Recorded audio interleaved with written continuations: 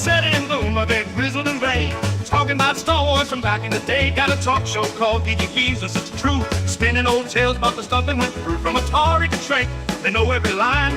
Geeky Geezers, man, they're feeling just fine. Late Sally's got a lightsaber, swings it with pride. Boomer's got a game, but plays it deep in the night. They're ranting about He-Man and old X-Men too. On Geeky Geezers, they're the nerdiest crew, talking Transformers toys, they twist and they turn, singing blues for the geek life, their hearts still burn.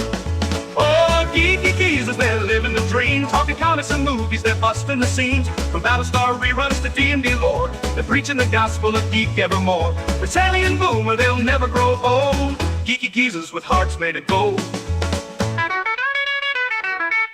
They're sitting in the studio, mics turned up loud, reminiscing about Super Friends, feeling so proud. Pacelli loves Spider-Man, Boomer's for Hulk. They argue about Star Trek with passionate both. From Betamax tapes to their old D20s, Geeky Geezers where the nostalgia flows. They got fans in the chat, from the young to the old, tuning in to hear stories that never get told. Talking Ghostbusters, Proton Packs, Toys in the Box, and Saturday mornings with cartoons that rock. Pacelli and Boomer, they're keeping it real. Geeky Geezers with that old school feel. Oh, Geeky Geezers, they're living the dream, talking comics and movies, they're busting the scenes. From Battlestar reruns to D&D lore, they're preaching the gospel of geek evermore. Pacelli and Boomer, they'll never grow old. Geeky Geezers with hearts made of gold. They're singing the blues for the games that they play, for the VHS tapes and the arcades that pray. But the spirits are young, though their hair's turning white. Geeky Geezers keep the nerd fire alight, so tune in each week to the Geeky Geezers show, where Pacelli and Boomer let the good times flow. From X-Files to X-Men, they're dropping the news, singing praises of geek life with them old blues. Pacelli and Boomer, forever they'll be. Geeky Geezers living wild and free.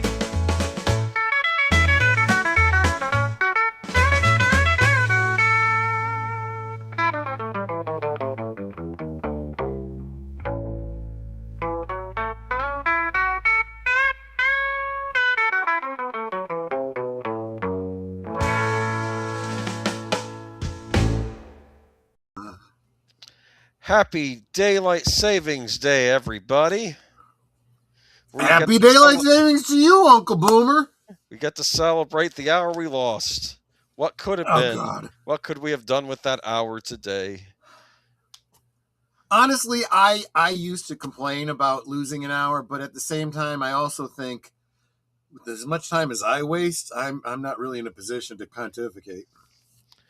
Well, welcome everybody to the Geeky Geezers. I'm your host, Aged Boomer. This is my co-host, Pacelli. Hello. And this is our other co-host, Netter of Netters Network, also known as the Geezette.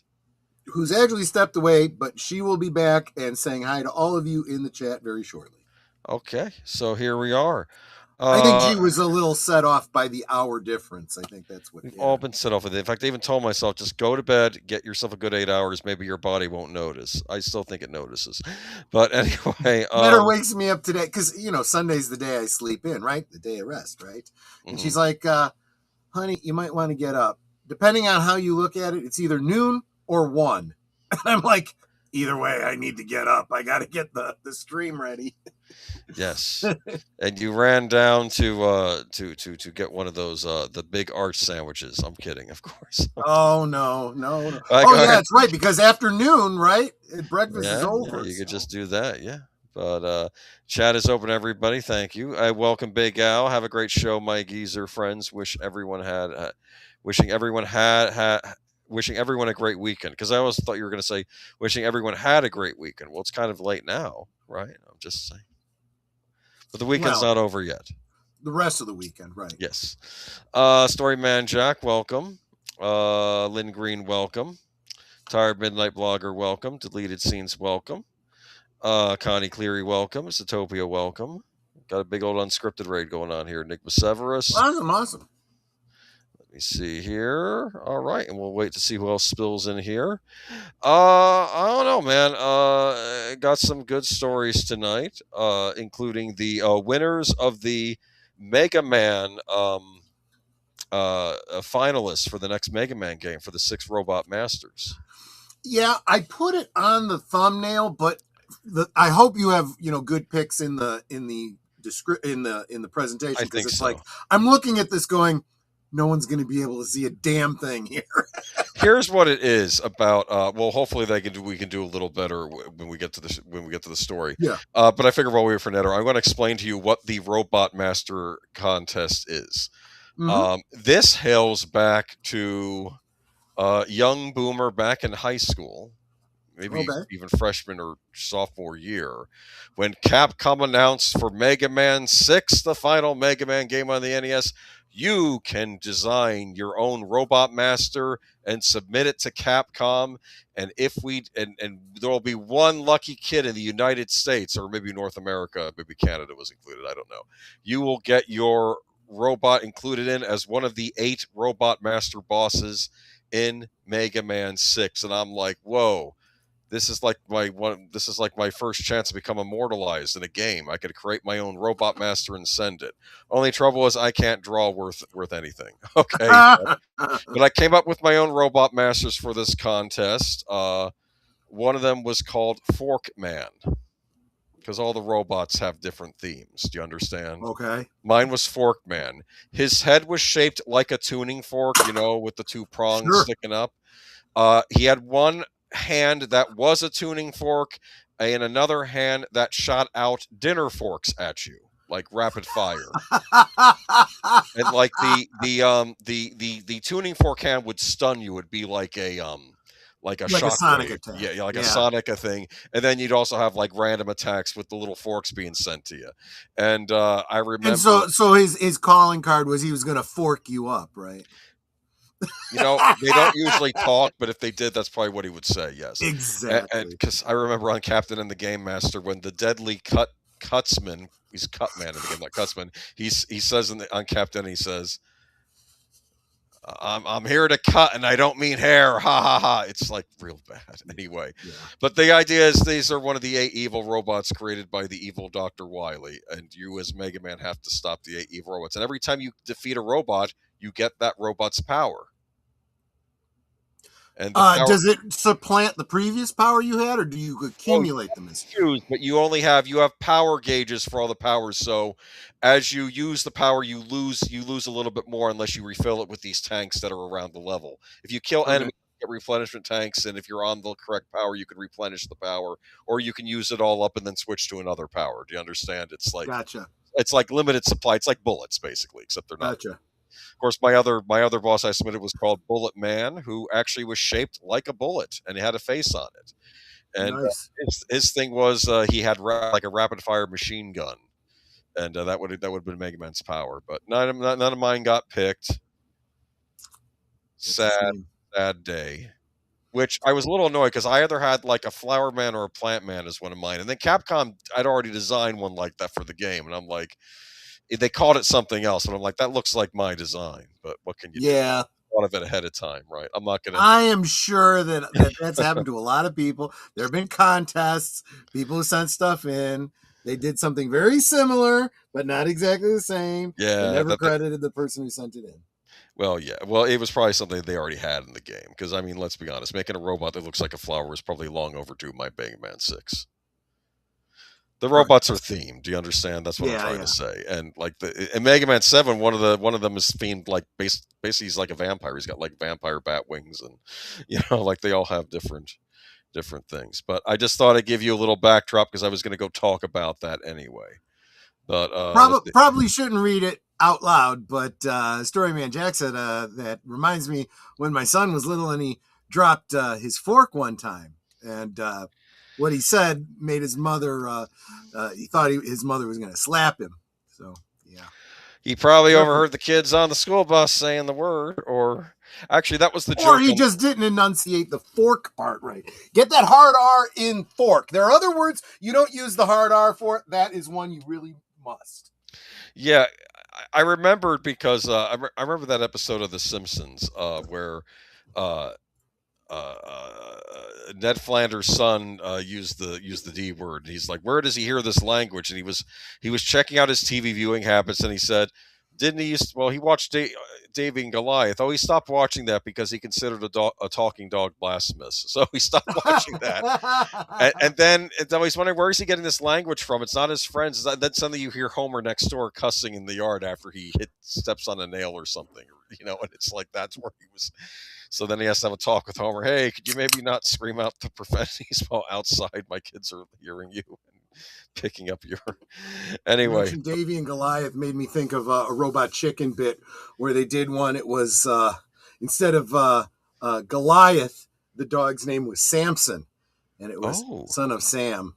And that's and only funny. The kid is hearing the dog talking. That's very funny. Not very good things.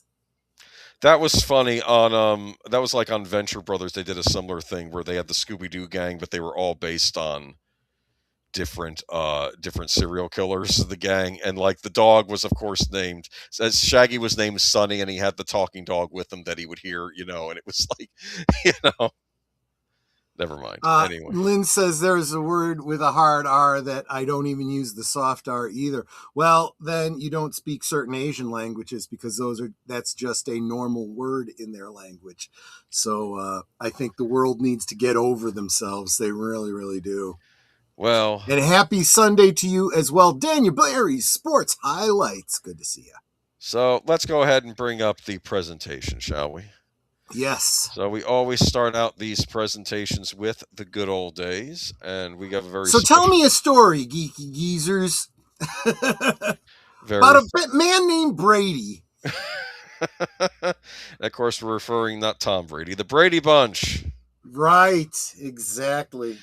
Wow, how have we not covered the Brady Bunch at this point? But we have. So this show, how long did it go on for? For 7 seasons, I think it was. That's pretty good for a sitcom. Yeah, something like that. It was. That must have been very popular. No, I'm sorry, 5 seasons, but still, that was 5 seasons, and that's when seasons had way more episodes than we get now. It was 117 episodes. This one was relatively early. This clearly is not first season. This is like 3rd season, maybe. Yeah.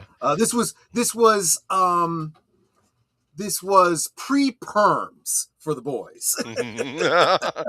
Yeah, that was a thing. Yes, it's was. Sort of come back with the broccoli head haircut, though, hasn't it? Kinda, yeah. Yeah, but here we are. We have this is of course this is actually, let me get the names right because Lord knows I don't remember everything. Okay, Carol. Her name's Carol, and she has 3 lovely daughters. Carol is married to Mike, and she has 3 daughters named Marcia, Jan, and Cindy, and he has 3 boys, which are Greg, Peter, and Bobby. Yes. And it's a blended family. It was very, very unique for its time, the idea of a blended family being depicted in your regular family hour sitcom. And they were originally going to did they specifically say that Carol was divorced? I know that was originally going to be an intentional point, and the network really didn't want them to focus on that. I know they had Mike as a widower. Mike was definitely a widower. That one was very, very clear. By the way, hi y'all. There, Hello, Netter. Yeah. Netter, were you a fan of this show? I used to watch it. Yeah. I thought it was a fun little show for its time. Okay, so show, I think. I'm looking at Wikipedia here. Premise: Mike Brady, a widower architect with 3 sons, Greg, Peter, and Bobby. Marries Carol Martin, who herself has 3 daughters, Marcia, Jan, and Cindy. Yeah, so it doesn't even say. They may not have ever addressed it. Mike and Carol adopt each other's children, and Carol and her daughters take the Brady. Well, I seem to remember. I may be misremembering, but I seem to have one of those memories that Carol once mentioned that her husband was in the military, and because I now I realize I just read something that tells me exactly what has to be the case. If they adopted each other's children, then she had to be a widow because he wouldn't have been able to adopt someone else's children. Did her husband die? Perhaps maybe they don't want to talk about it in the Vietnam War. Maybe. That's an excellent point. There was a lot that was implied and not said, right? For the purpose of the adults can take the assumptions they want to and not have to deal with talking to the kids about it. Let them have the conversation with their kids if they so chose. Can you imagine that, though? Can you imagine a TV show being that way and actually being thoughtful enough. But I digress. But included in the blended family are Mike's live-in housekeeper, Alice Nelson, played by Ann B. Davis, and the boy's dog, Tiger. In the pilot episodes, the girls had a pet, a cat named Fluffy, who never appears in the episode. I always headcanoned that because of the problems between Fluffy and Tiger, they decided to rehome Fluffy. Okay, and you didn't always see Tiger. No, and you didn't see him after, I want to say, the first or the second season. Very sad story there. The dog who played Tiger was hit by a car and was unable to. Well, he passed, and the trainer really didn't want to lose his job, so he tried to replace Tiger with another dog of the same breed, and its temperament was very different, and he didn't respond the way he should, and everyone noticed, and that's when they dropped Tiger, but they always kept the doghouse out back. You always assume that Tiger must have passed, and they just didn't acknowledge it directly in storyline. Selena says, no, he went to live on a farm. There it was. Yeah, exactly. So while this show did premiere in '69, this is a very '70s television series. It was. Well, let's face it. It was September of '69, so it was the end of '69. Yeah. It's like The Sopranos. Technically starts in the '90s, but I consider that an odd series, a very 2000 series. Yeah. Exactly right. So yeah, this does technically predate me. In fact, this would have been within a month of my parents getting married, actually. 2 years before I was born. But anyway, so where were we? The setting is a large 2-story house designed by Mike. Put a pin in that. We'll get back to that. Located in a Los Angeles suburb. The show never addressed what happened to Carol's first husband. Okay.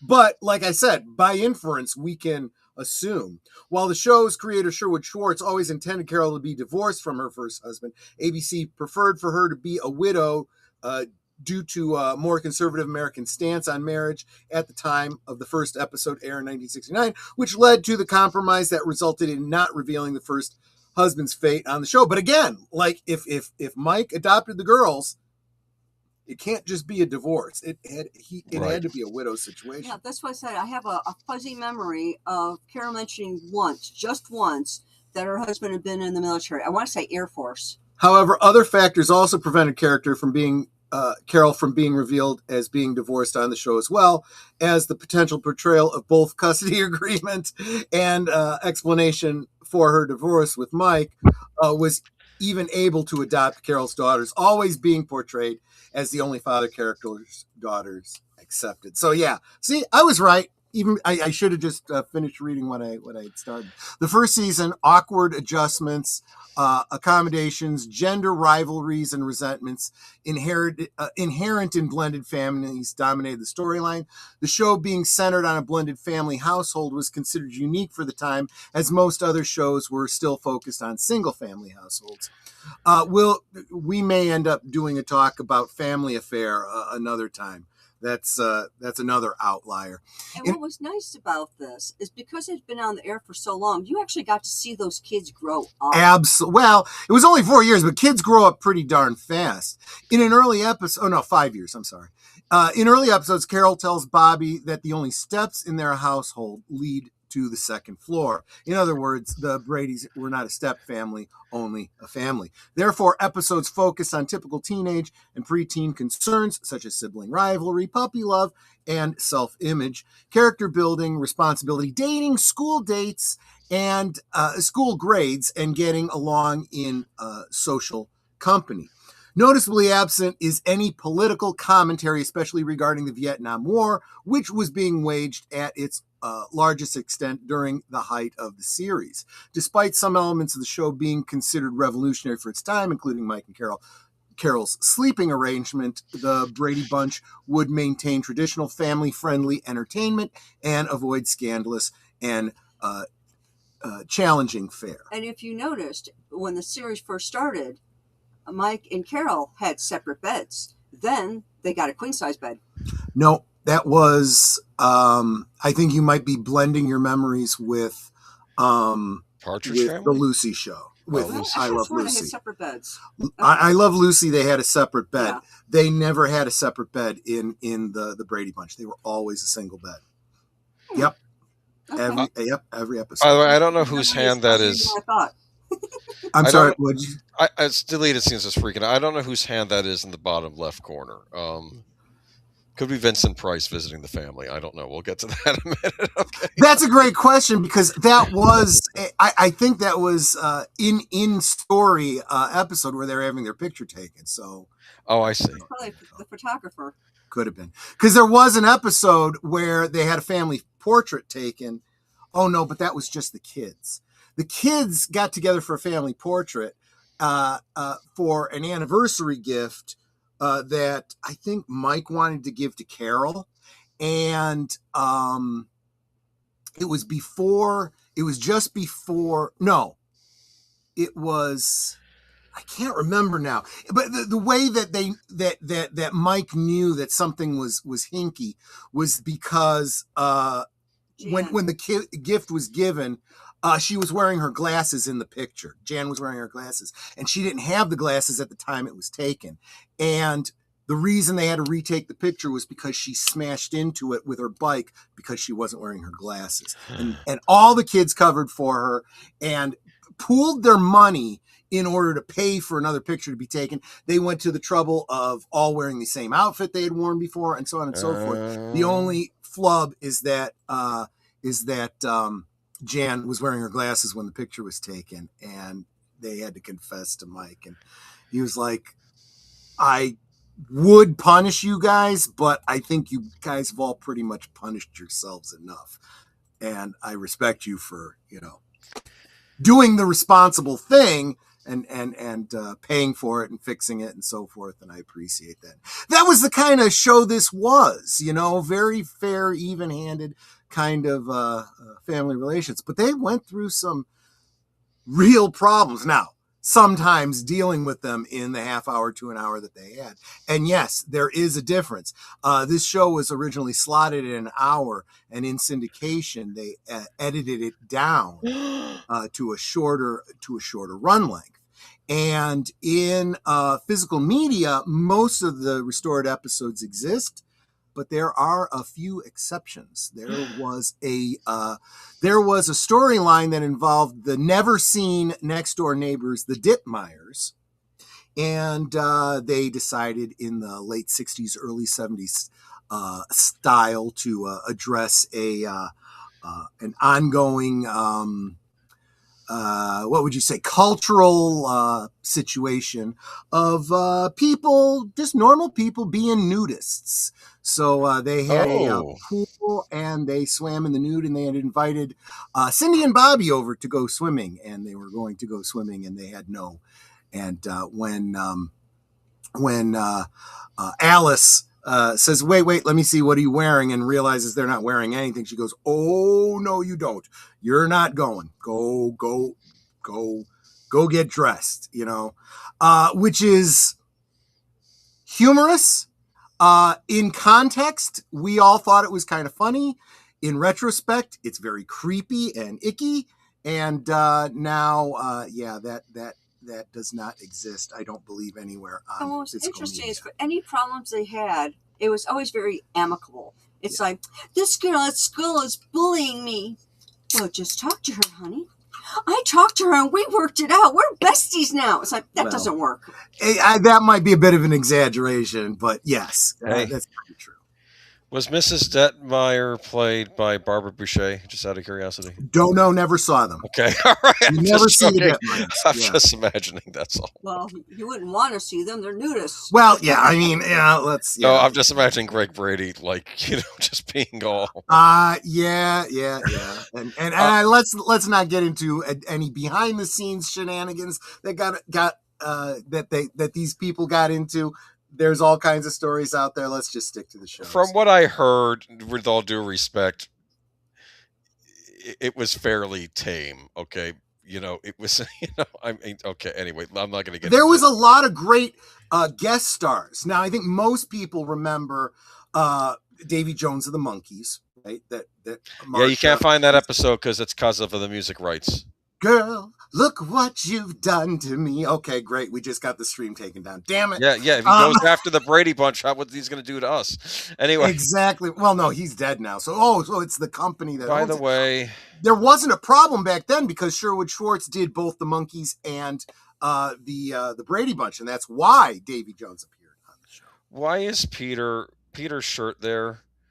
Are those two sewn on black pockets? Yes. I don't know if they're sewn on, but yes, those are pockets. Why? Because the 70s. Okay. Because the 70s. That is not even the worst possible. Now, speaking of guest stars, two big guest stars during the Hawaiian episodes, Don Ho and Vincent Price. Oh, here's a fun fact. Mm-hmm. You know how Mike Brady's hair was always very straight? Yep. And then suddenly it was curly? This is where it happened. That's right. This is because his hair was always curly, and they would spend like 2 hours straightening it, and he had these different chemicals. And it was completely impossible to keep it curly in the heat and humidity in Hawaii. So they just went, we're just going to go screw it. And so the next season, all the boys had curly hair to match his. They're like, it's easier to keep hair curly than to make Greg his had hair curly straight. hair first, then Dad, and then the other boys. Gotcha. But there you go. Because if you look at the previous picture, Greg had the curly hair. Yes. You were saying? They're looking all shocked there because I think Greg is having a big wipeout in the Pacific because while surfing, he was surfing and he just hit a bad wave and then he got cracked on the head by his surfboard, which absolutely happens all the time. No, I mean that seriously. Okay, but you're missing the big part of this 3-part episode. Yeah, they had found this was the evil cursed totem that they found on the construction site because, of course, Mike Brady is over there. The whole reason Mike is there is because he's overseeing. Yeah, exactly. And the guy that's going, look, I'll pay for your whole family. Have a nice Hawaiian vacation while you're here. And then the kids discover that totem and all sorts of bad luck starts happening. I think Peter says, I'll take it if you don't want it. And then like a spider is on him in the middle of the night. And it's like, get it off me, like a tarantula and everything. And it's it was the curse. You're correct. Exactly. Like the local Hawaiians are telling him, no, that's a bad thing. You got to. Then he had to take it back to a very specific place. The Tomb of the Kings, I think, or something, right? Yes. So where Vincent Price is scaring people off, and it turns out that he's just a guy who wants to be left alone and is scaring people off. And he feels bad that he scared the kids. I didn't mean to scare them. He's an archaeologist that he feels never gets the credit, and he discovered all these treasures. I'm just going to keep them for myself. And then Mike says, "Well, you have to turn them in, or you're breaking the law. But what you could do. But look, we are going to be your witnesses, and we'll say you are the museum." Yes, we will say you are the one. We will back you up when you say you claim that you're the ones that discovered this stuff. And he got a job at a curator of the Hawaiian Museum for these items. So yes, so he doesn't have to live in the cave like a weirdo eating beans. Anyway, which that's not even an exaggeration. That literally was what he was doing. Yeah. I have a question. There's better food in Hawaii than beans. Jeez. Okay. Yeah. Is this where the shrunken head thing comes from that Vincent Price did? Or is this unrelated? No, it is unrelated. It has nothing to do with this episode, but it was right around this time. That's absolutely right. He was doing commercials. I don't remember who the company was that did it, that gave you the implements and tools and whatnot. The only thing you had to supply was your own head. In the form of an apple. You would take an apple, you would core it, you would I don't know if you even had to core it. You would peel it and then you'd carve it using guides that this thing gave you and tools that it gave you. You could put hair on it that came with the little kit, and then when it dried out, they looked like shrunken heads. So you can pretend one of them is the head of the Vanderbilt that went to go see that. Never mind. Well, I mean, I think it was a I do remember was it a the Rockefeller? commercials. It was one of those. I do remember the commercials for this. Never got it because even I was like, it's basically a rotten apple. That's kind of gross. It's funny. You know? It's funny you mentioned that because my older siblings, my older brother had this kit, and I think they last a while. There might be some way to preserve them or something like that. No, what happens is if you dry them out right, yeah, they actually kind of don't molder because literally they're dry. In fact, I kind of think, like I said, I didn't have it, so I didn't know the instructions on it. But I think you baked it or something, and it dried it out quickly. So yeah, they would keep because dry, mummified. Basically, you mummify an apple, but it's a rotten apple with fake hair on it. A mummified that's true. apple. That's exactly what it is. It's like mummification, like mummies stay. I think that's what it is. But this has nothing to do with the Brady Bunch, apparently. It doesn't. Let's move on. Okay, so let's move on. The Brady Bunch Variety Hour. Look at this was the height of 70s insanity. Folks, you've been with us as we've talked about variety shows. We've seen Donnie and Marie. We of course every year we watch the Star Wars holiday special, which is a variety show. We did the Paul Lynde Halloween special. We've done a few of those. Halloween special and some others. But this was the Brady Bunch. This was created by Sid and Marty Krofft. It lasted for, do you know how many episodes this lasted for? I don't know. 9. Exactly 9 episodes. Well, 9 was all it needed, probably. And I think Vincent Price guest stars in one of the episodes, doesn't he? In one of the variety shows. That I don't remember. I think I saw him in a suit, and I think he did guest star in one of them. Maybe they did a Halloween episode. I don't know, or a spooky episode. I do know that Rip Taylor was recurring that's personality. Funny. So let me see. Do they say who the guests were? I don't have. So Rip Taylor was there. Paul Lynde.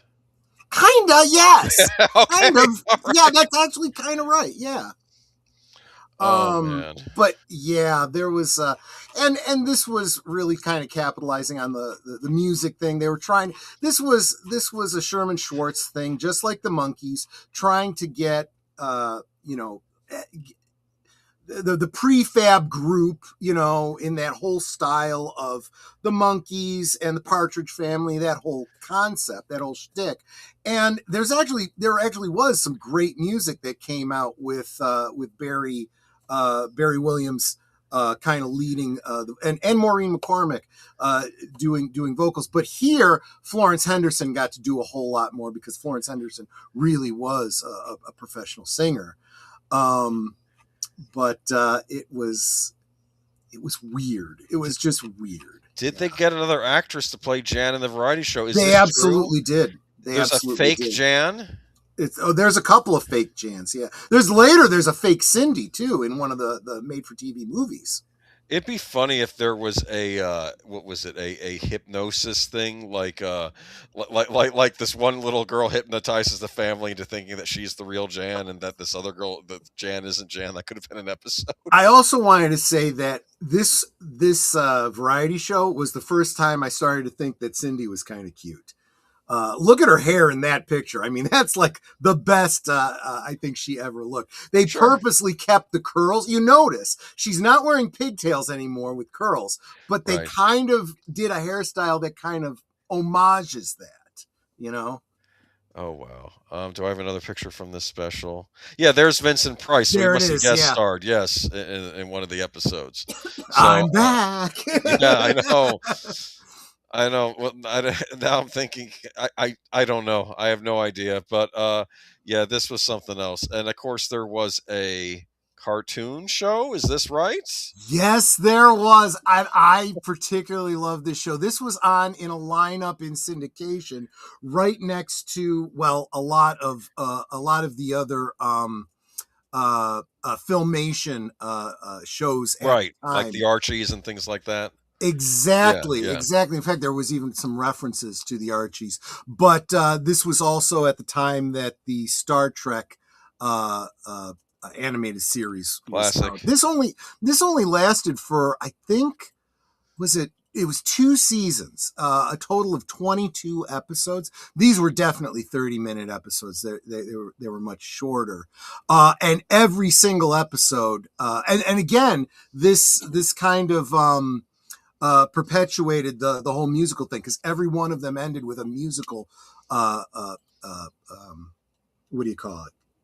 A song by the Brady Kids. You know, the whole idea was just like the Archies. They were a band that was, you know, trying to get their music out there, and there was an album that came out and everything. But to all the kids in this one, there is no fake anybody. Barry Williams, Maureen McCormick, Christopher Knight, Eva Plum, Mike Lookenland, and Susan Olsen all reprised their roles in this. No appearances by any of the adults, and they added, you know, the obligatory animal companions for cartoon effect. Yeah, there's that bird with the Merlin hat on or something. His name was Marlin. Yep. Marlin, yes, okay.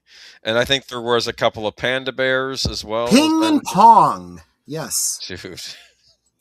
I know. Did they speak with bad Chinese accents? They didn't speak. They didn't. Okay, they didn't well there's that. Okay, there we go. But yeah, here we go. Kind of like in Jan there. She looks a little sassy. But of course, how old is she supposed to be on this show? So let's move on. It was very clear that with the glasses, they were trying to give her the Velma kind of role. I see. In it. Yeah. So. And of course, I don't know if there was more than one of these specials, but there was a very Brady Christmas. I do remember this. This was the reunion special. I loved that one. Yeah. Yes. And I don't. Yeah, go ahead. Well, no, I was going to tell you that as far as the movies go, they had. Give me a second here. I got my list. There's probably more than one, isn't there? Yeah. There absolutely is. Yeah. Give me a second. My computer's not working with me here. So, so we did the Brady Hour. The Brady Girls Get Married in 81. The Brady Brides in 81. A Very Brady Christmas was 88. The Bradys in 1990. In 95, the series was adapted into a satirical comedy film.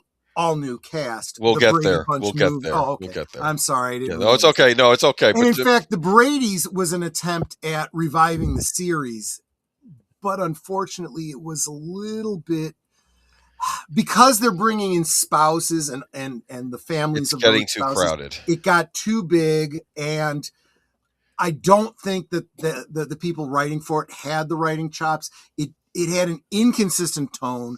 A lot of it was a little too modern, you know, as far as getting serious.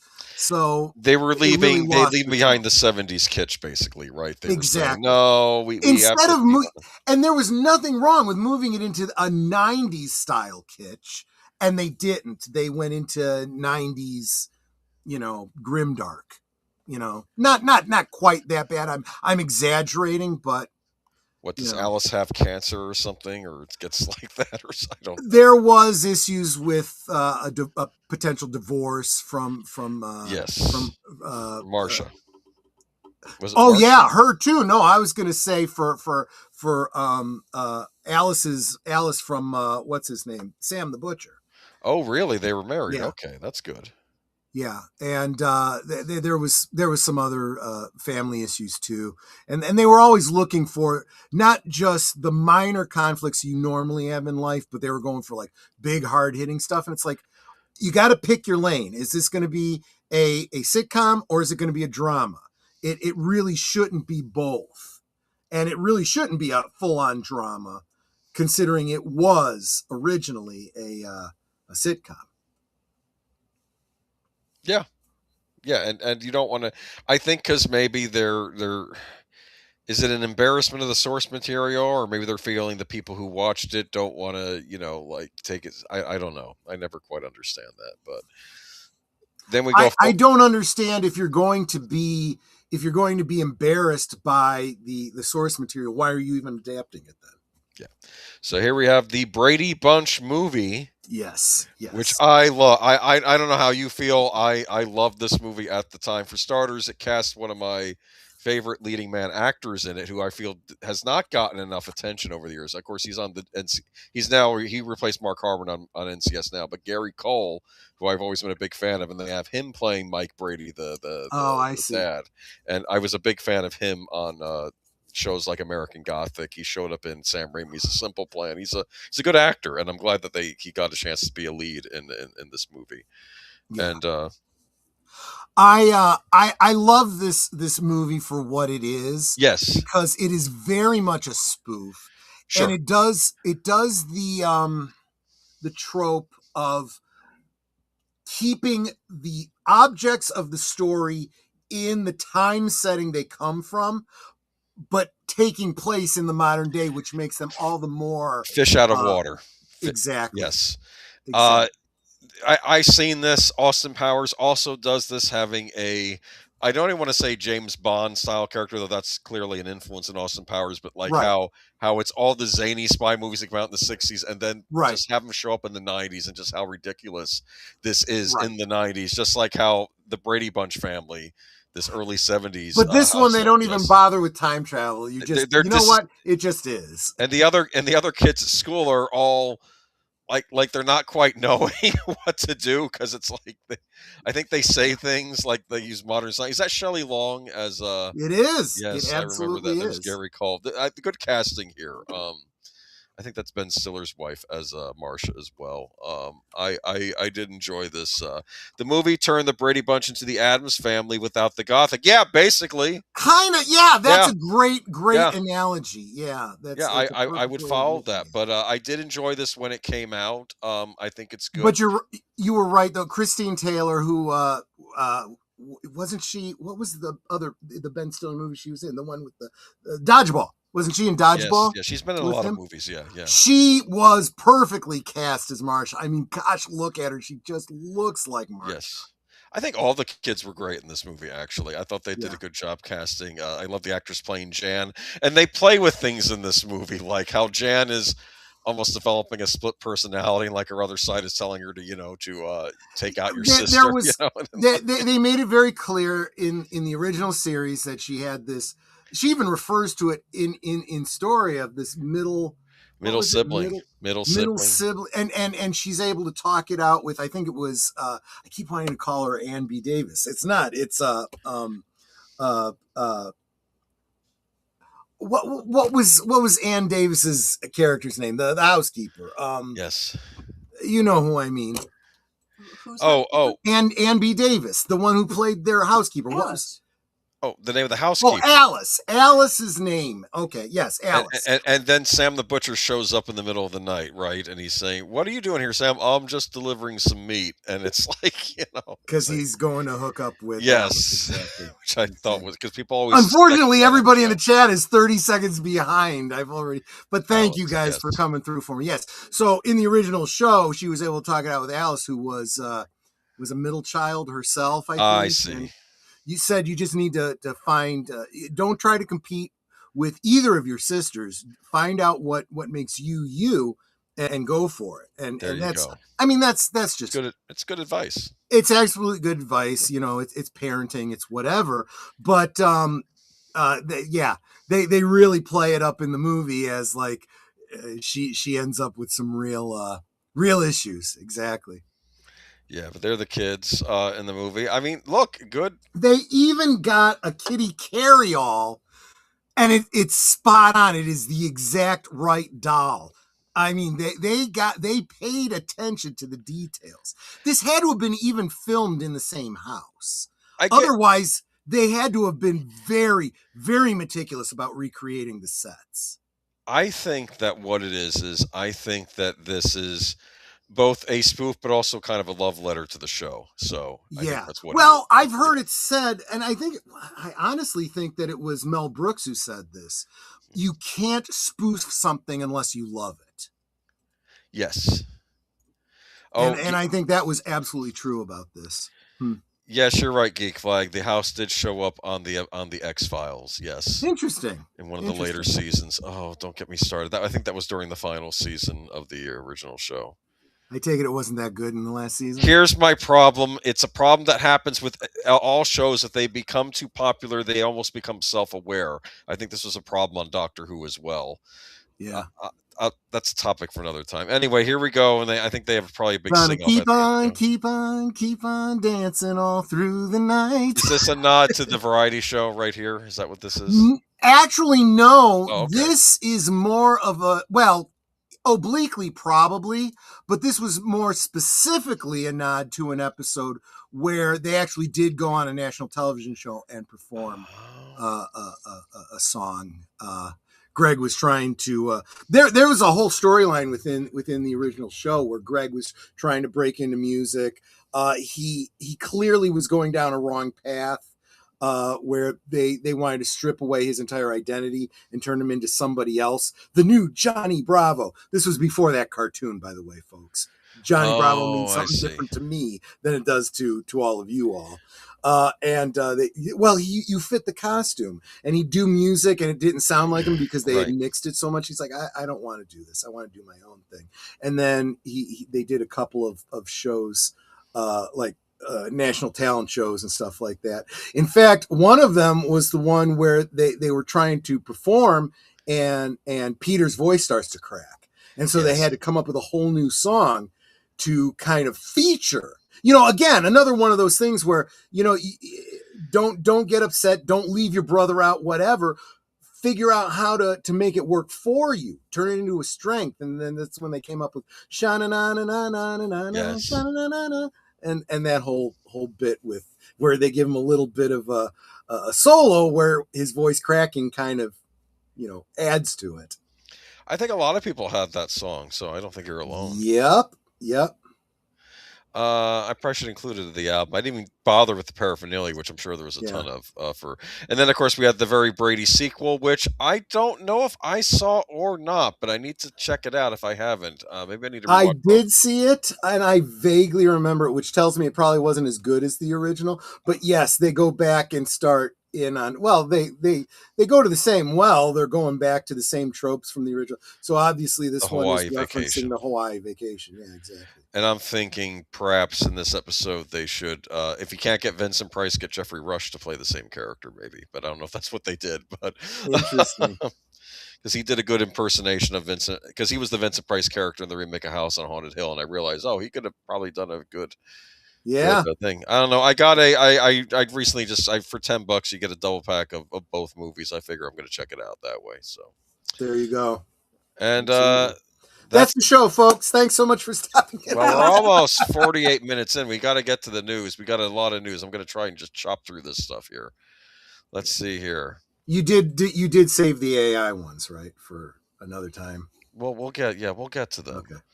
Yes, Ben Affleck and all that. Oh, it might help if I actually had the. Where did it go? I had my. There it is. Okay. Dolores Muniz. Can you hear me? Yeah, Dolores Munoz Ledo. She, my gosh, I felt so bad about this. This one I completely missed. This one is almost a month old, and I just feel terrible about this one. 107. 107. Can you believe that? I had no idea. Yep. Animation World mourns the death of Maria Dolores. How do I say her name again? Munoz. Ledo. Okay. Munoz. Ledo Ortega, also known as Marcela Septién. After the National Association of Actors from Mexico announced the death of the voice actress on February 13th, animation accounts started to spread the news that the voice who dubbed Chip from Chip and Dale Rescue Rangers and Sorceress and He-Man and the Masters of the Universe had passed away at 107 years old. She was the oldest dubbing star in the world. She was born in Mexico City and was hired by Metro Goldwyn Mayer MGM in 1944. Holy cow, she was around in the golden age of Hollywood. Okay. Yes. MGM had more than 20 Mexican voice actors in New York for their films, launching and furthering their careers in dubbing, including Pablo Ruiz Nunez, Edmundo Garcia, Jose Catano, Armando Velasco, Roberto Ayala. Oh, I take it this is so they can dub the movies and send them to South America. Right. That makes sense. Munoz Ledo was also the Latin American voice of Adrian Panino in Rocky IV. Look at that. Yep. Anita Louise and Marie Antoinette, Donna Reed in They Were Expendable, and Ben Arthur in The Golden Girls. I have to tell you something. I really think sometimes dub actors are the unsung actors in the world. Because I think you hear. Unfortunately, people tend to look at like Japanese films that are dubbed into like English bad, like as a bad, being, yeah. but honestly, some of what you really should be looking at more if you need to see American or English dubs is things like some of the spaghetti westerns. Those were Italy, done, yeah. yeah, those were done much better. But honestly, if you've ever watched any of these films in Spanish and listened to those dubs and Spanish, they're really done well. Oh yeah. And her work was just amazing. Well, a lot of Japanese voice actors in Japan for a lot of the anime shows actually got their start doing voices of American actors in the Japanese dubs. Like one of my favorite anime characters is Lupin the Third, and the voice actor of him was known in Japan as the voice of Clint Eastwood in Clint Ah, Eastwood movies when they yeah, were brought over I there, which I thought see. was interesting. Yeah. But no, they really are kind of the unsung actors. And the interesting thing about a lot of those Italian movies, um, all Italian movies back then were dubbed regardless of whatever the actor was. So they might, if they had Clint Eastwood, they'd actually get Clint Eastwood and have Clint Eastwood do his own dubbing for the movie. But then they might have another actor seeking for one of the Italian actors, or if there's a Yeah. French actor. Because again, a lot of these European movies, they would hire people from all over Europe to be in them. Right. So Right. you could have multiple different people in a movie though. But no, I rest in peace. My goodness. But she Mm-hmm. 107 years old. yeah, God bless. yeah, You and know. yeah. I mean, these are the people that brought our culture to the rest of the world, and Mm-hmm. they deserve our respect. So rest in peace. And Stephen Hibbert dies. Actor who played the Gimp in Pulp Fiction was 68. I, I, I suppose He's in a lot more than that. I'm not sure why they have to go to that one specifically I for don't him. know why either. I'm telling you, I always feel like Of whenever course, they, we went with TMZ on this. That's probably why. well, it's like Brian Dennehy dies, and he was in Tommy Boy, and I'm like, yeah, he was in Tommy Boy, and he was fine in Tommy Boy. He was in a lot of other movies besides Tommy Much Boy. better films that I mean, most of us actually remember him from. yes. Well, I mean, I like Tommy Boy, but he that was more like a support role. He wasn't the star. Like, watch FX. He's great in FX. It's just, Yeah. but yeah, Stephen Hibbert, 68. The actor also appeared in Austin Powers and the Cat in the Hat. Has died. He was 68. The actor's family revealed that he had died on Monday of a heart attack in Denver, according to TMZ. Our father, Stephen Hibbert, passed away unexpectedly this week. They said in a statement, his life was full of love and dedication to the arts and his family. The family added, according to the outlet, he will be dearly missed by many. Born in Fleetwood, England, Hibbert got his start as a writer for Late Night with David Letterman from 1984 to 86, going on You to don't write. realize Yeah. the stuff that he wrote for. He wrote for Tiny Toons Adventures, Darkwing Duck, the Animaniacs. Animaniacs. Yes. I hate to think he's one of the writers they brought in for the new crew, and they said, "We're doing our own thing, thanks," and they kicked him out. No. Yeah, they Okay, didn't bring him in. Mad TV. Remember Mad TV? That was him I too. remember Mad TV. I remember Mhm. the wonderful family feud between the Lord of the Rings group and the gang from Cold Mountain. They both had come out around the same time. Yeah. And like they kept the host says they took on Middle Earth. Yeah, but you'll never take Cold Mountain. And then like you see Gimli hold up his axe, getting really angry. And Yeah. it's just, but Hibbert also co-wrote 1994's "It's Pat the Movie" with then wife Julia Sweeney, who originated the androgynous Saturday Night Live character. Oh, right. And also appeared in movies like Austin Powers, The Spy Who Shagged Me, and The Cat in the Hat. Yep. He made his on-screen debut in the 1987 episode of Newhart before guest starring on shows on Just Shoot Me, Jericho, True Jackson VP, and Dr. Ken. What is True Jackson VP? It was a TV series. Okay, I guess I must have missed that one. But yeah, just He actually has potentially he still has an upcoming role as a character named Pat in a movie called Robot Dracula. But it's listed as filming, so it may or may not be completed. I don't know. Gotcha. And apparently deleted scenes found in App Story, so I'll have to look for that. But yeah. There you go. All right, we'll have to cover that. But Uh, yeah. Zed and the Gimp before And welcome, Jesse Guajardo. Good to see you. All right. Yeah, take it away. I don't know anything about this. Did I send this to you? Yes, you did. I think so. Okay, I don't even remember. If you didn't send this to me, then it must have come from. Well, it came from one of our Well, two, it's okay. No, I mean it's an interesting. Two guys story, out in the field there, Marc Malnekoff and Geek Okay. Flag with Nate Knows. They tend to submit a lot of articles to us. Toshihiro Nagaoshi, the creator of the Yakuza franchise, revealed his latest project at the 2025 Game Awards in December. Now, just 3 months later, NetEase is pulling the plug and will stop all funding for the game's development team.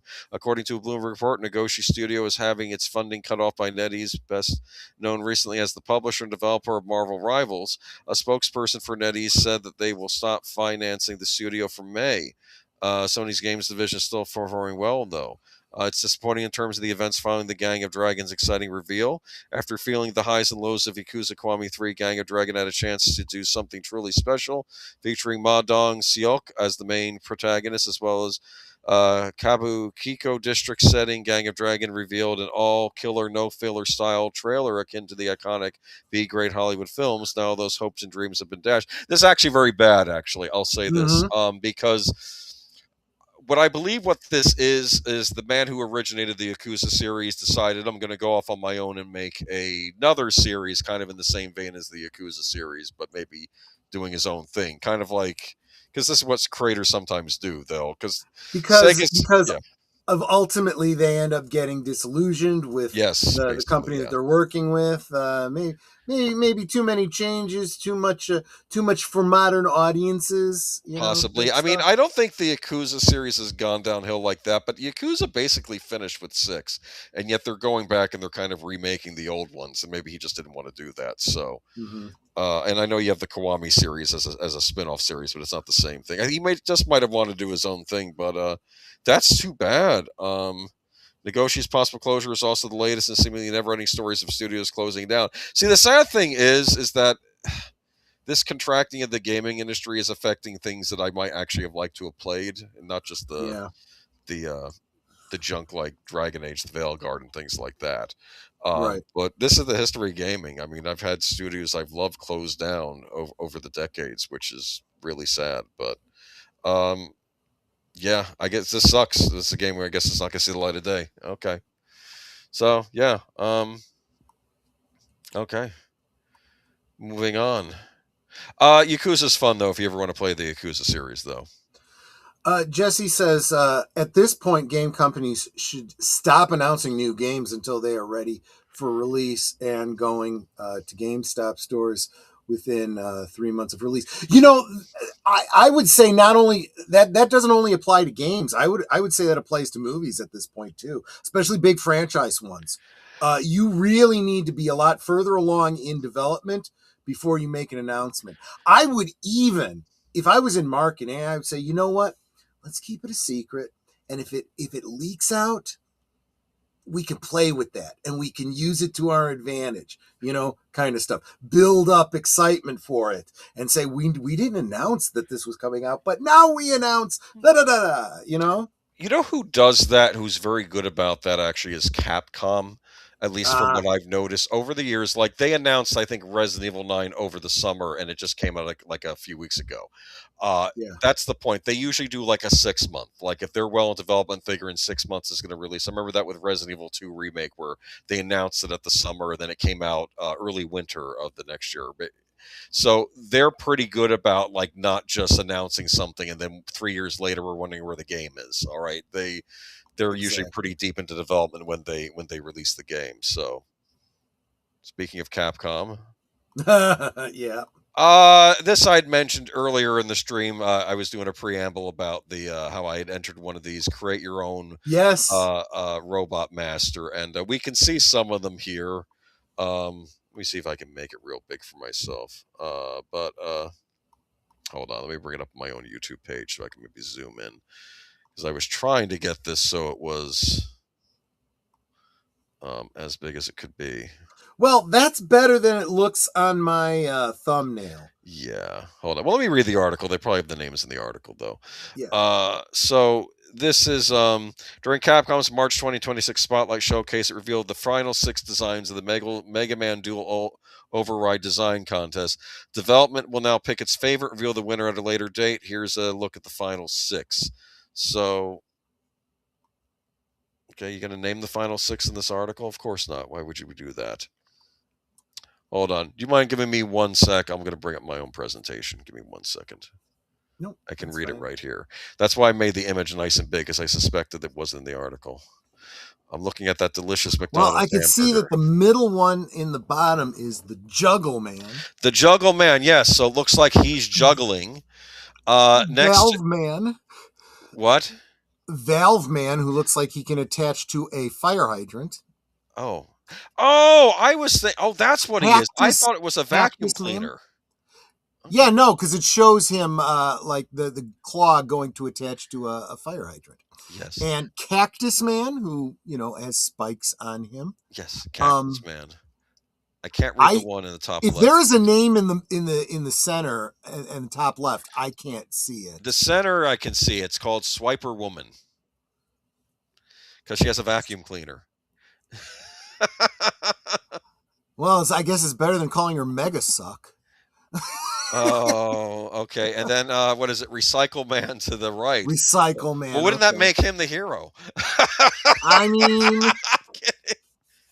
but yeah, that looks like some kind of cake type thing. Is that like a cupcake thing? What is that going on there in the left corner? I can't tell. I don't know. They look clever, but I think it looks pretty neat myself. Let me get out of my own keynote. Okay, but bring it back. But yeah, I don't know. I'm a big fan of these contests. I'm actually glad they're still doing this. I have no idea if kids are still entering this thing, or if it's just adults now entering this thing. But I don't know. You can get a closer look at each design on Capcom's own contest page. I'll find out who that other one was. Give me 1 minute. All right, that is Design L, and what is it? It is yes. Maybe it doesn't have a name. It's just Design L. Cleanser Man. Cleanser Man. That's got a heck of a ring to it. Cleanser Man. Cleanser Man. It's a washer machine. There you go. Do you understand? It's like Spin Cycle. Look at Yes. that. Okay. All right. So there we go. So I don't know. All 6 of the finalists are going to get their names in the credits of this game, and of course the winner will have their robot actually in the game itself. So hope that's holding up development of this sequel that I'm greatly looking forward to, though. But yeah. Big fan of the Mega Man games. Dr. Wily basically looks like your typical mad scientist with the mustache and with his Austrian, German, Swedish style accent or whatever, when he talks. It's just, he's the mad scientist. He wants to take over the world with his robots. Do you understand? So exactly. Yeah. Exactly. And you are the good robot Mega Man created by the good Dr. Light. Boy, that's pretty on the nose. Not like the Dr. Light from DC. That's a bad doctor. Well, yeah, good point. Mega Suck. I'd buy that for $1. But yeah, I don't know. This looks cool. I like the fan that there is interaction with the fan community. I think more companies should do stuff like this. And, if you get the fans involved, maybe. I know that Doctor Who did this ages ago in the Tennant era when they had a kid in England was able to design a monster for one of the episodes. Remember, an alien monster? Yes, I do, and I remember the specific use of it. It was the Absorbaloth that was from the sister planet to Raxacoricophalopatorius. Yes, the planet was called Clom. Yep. And I didn't really care for the fact that. Part of the story involved a very adult joke that I was like, the kid that created this is watching this. That's wrong. Oh, because just what's left of her is a face inside a tile. And, let's not go any farther with it than let's that. move on. This is a kid show, and Mega Man is still yeah. a kid-friendly series too. So like it to not be, easy, yeah. but kid-friendly in theme. It's Ruby Spears did an animated Mega Man series back in the 90s. I guess after they yeah, because they didn't get the right. I guess they didn't have the rights to DC stories anymore, so they got the rights to Mega Man. So you can actually check that out on DVD. Interesting. Yeah, they had it. They actually did a Mega Man animated series. Mario Day is this week. Happy Mario Day, everybody. Okay. Some festivities are going around, like, 50 cents off any Mario game on the eShop. I'm joking because I'm thinking this is probably not going to be anything exciting. Imagine if this weekend you had the opportunity to go to Nintendo World. We'll see. Just saying. Maybe it's coming up. So let's see here. They are going to have some sales. Mario Day, it's kind of like May the 4th, except this is March 10th. Get it? Yeah. March. Okay. Annual celebration takes place March 10th to honor the world's most famous plumber. Mario Day typically culminates in some fun activities, new game releases, sometimes even a special console bundles deal, new hardware, and things of this nature. In years past, we saw the new Mario Lego sets, the announcement of the Super Mario Brothers movie, and Mario releases for Switch Online. I think I'm saying it the way I used to say it as a teenager. Last year, we got a new Nintendo Switch OLED model with Super Mario Brothers Wonder that delivered $70 in overall savings. On top of that, Nintendo had a bunch of physical games on sale like Super Mario Odyssey, Super Mario 8 Deluxe, blah, blah. What is they doing this year? I don't care about years past. So This year, you can go into a GameStop, and if you go in dressed as Mario, you can get a $5 store credit. Yay. I'm hearing crickets there. Actually, though, I could totally see doing that for nothing. I'd do it just to do it. Could you do it at multiple GameStops and get a $5 credit each at multiple stores and get enough? I don't know how they would prevent you from doing it. Maybe just don't go in and say, yeah, the other place gave me $5. You're going to give me $5 too? Yeah, maybe don't say that. Is this any GameStop or is this just a New York City store? Ugh. I have to buy a ticket to New York City to dress as Mario and get a $5 credit. Yeah, that sounds like a good investment. Yes, there you go. One lucky Mario costume wearer will get a free Nintendo Switch too, and apparently everyone in costume will receive a $5 bonus store credit just for showing up. In honor of Mario Day, we're attempting to break the world record, largest gathering people dressed as Mario. This is only in New York City. Yeah. Okay, they're going to have some sales going on too this week. Well, in New York City right now, they need something because, the people are literally fleeing that state right now. So yeah, so here we go. Moving on to Jessica says this looks like a fun game in the Mega Man series. Yeah, we just covered that. Yeah, it does look fun. Yeah, Resident Evil Requiem. I'm not going to spend too much time on this except for the fact that it is selling like gangbusters. This is the big Capcom release this year so far, at least. Have you played it, or do you know anything about it personally? Not played it. I did watch the trailer for it. I love the trailer because the lead actor in it, she's some girl that's like a file clerk at the FBI, or I don't know. She has like a messy desk, and the boss calls her into the office. I know that this is the abandoned hotel where your mother was brutally murdered in, but I think your best bet to get over. I think you need to headline this case and go investigate on your own and go there. And I'm thinking only in Japan would they think this is what we do in the United States.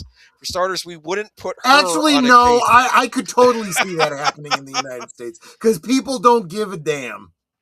Next thing I see is her in the place, and I think she's hanging upside down, and there's something nasty. I'm just like, and apparently she suffers from anxiety issues and things like that, probably because her mother was brutally murdered. Or maybe because he's hanging upside down and about to be killed. That would cause some anxiety. Yeah, but it's doing very well, though. Sold 5 million copies in just 5 days. Another hit for publisher Capcom. This morning, press release stated the company's The Resident Evil blockbuster had already passed the sales milestone following a hugely successful launch this weekend. Requiem's launch appears to be the biggest in recent franchise history, hitting 5 million sales faster than Resident Evil Village and the remakes of 2 and 4. Doing very well. Yeah. And there's not even a hot vampire chick that was in Resident Evil Village. Apparently, they didn't intend for this creature to become like a sex symbol, but I think it's because it came out during the pandemic and men were held up in their houses too long. They were like, she's kind of hot. Are you talking about the one? What was it? She's wearing like a southern hat or something, like the old school Victorian, like early 20th century hat. Yes. And she's very It- tall. Yes. it ran into a whole bunch of kinks that Yes. are apparently very popular. That Capcom was probably unaware of when they made the character, or maybe not. Well, maybe not. Let's not give them too much benefit of the doubt here. Anyway, this is the follow-up to that game. So this one apparently I think takes place in an abandoned hotel, which I would not want to go into, say for anything. These are horrible locations in these games that I wouldn't want to touch with a 10-foot pole, but looks fun. Yeah, if I ever get a system that can run it, I might try it out someday.